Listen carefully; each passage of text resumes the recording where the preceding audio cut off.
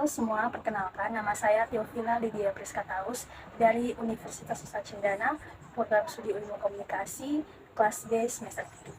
Kali ini saya akan membahas mengenai Development Research Tradition and Global Communication, atau kalau diterjemahkan menjadi tradisi penelitian pembangunan dan komunikasi internasional.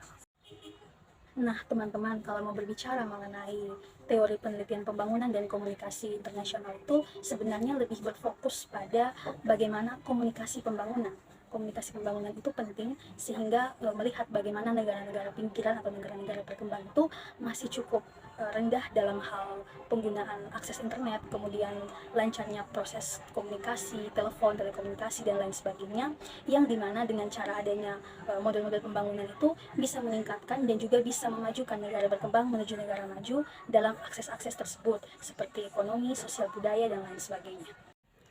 Dalam pembahasan ini juga ada yang namanya teori modernisasi dan juga komunikasi pembangunan. Dan hubungan dari keduanya ini adalah bagaimana dalam komunikasi pembangunan itu harus bekerja sama dengan aspek-aspek pertumbuhan untuk bisa mengarahkan negara-negara berkembang ini menuju negara maju, atau paling tidak memindahkan status mereka dari negara berkembang menuju ke negara semi berkembang, atau bisa bahkan menuju negara maju. Berkaitan dengan teori penelitian pembangunan, kurang lebih ada 3 pendekatan, yaitu fungsional, struktural, dan juga profesionalisme. Kalau berbicara mengenai fungsionalisme itu, dia lebih melihat bagaimana kontribusi dari aspek-aspek dalam masyarakat itu terhadap capaian tujuan pembangunan. Sedangkan kalau berbicara mengenai strukturalisme, itu melihat bagaimana akar permasalahan dalam proses pembangunan itu lebih memihak satu pihak dan merugikan pihak yang lain. Sedangkan kalau profesionalisme adalah bagaimana peran para profesional untuk mengelola suatu proses pembangunan, di mana keterampilan dan juga pengetahuan yang mereka miliki itu berguna untuk mengelola suatu pembangunan.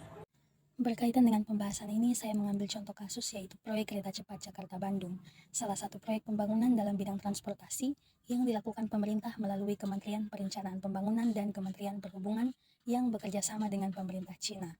Proyek ini merupakan salah satu kemajuan dalam bidang transportasi, di mana Indonesia merupakan negara pertama di Asia Tenggara yang memiliki kereta cepat.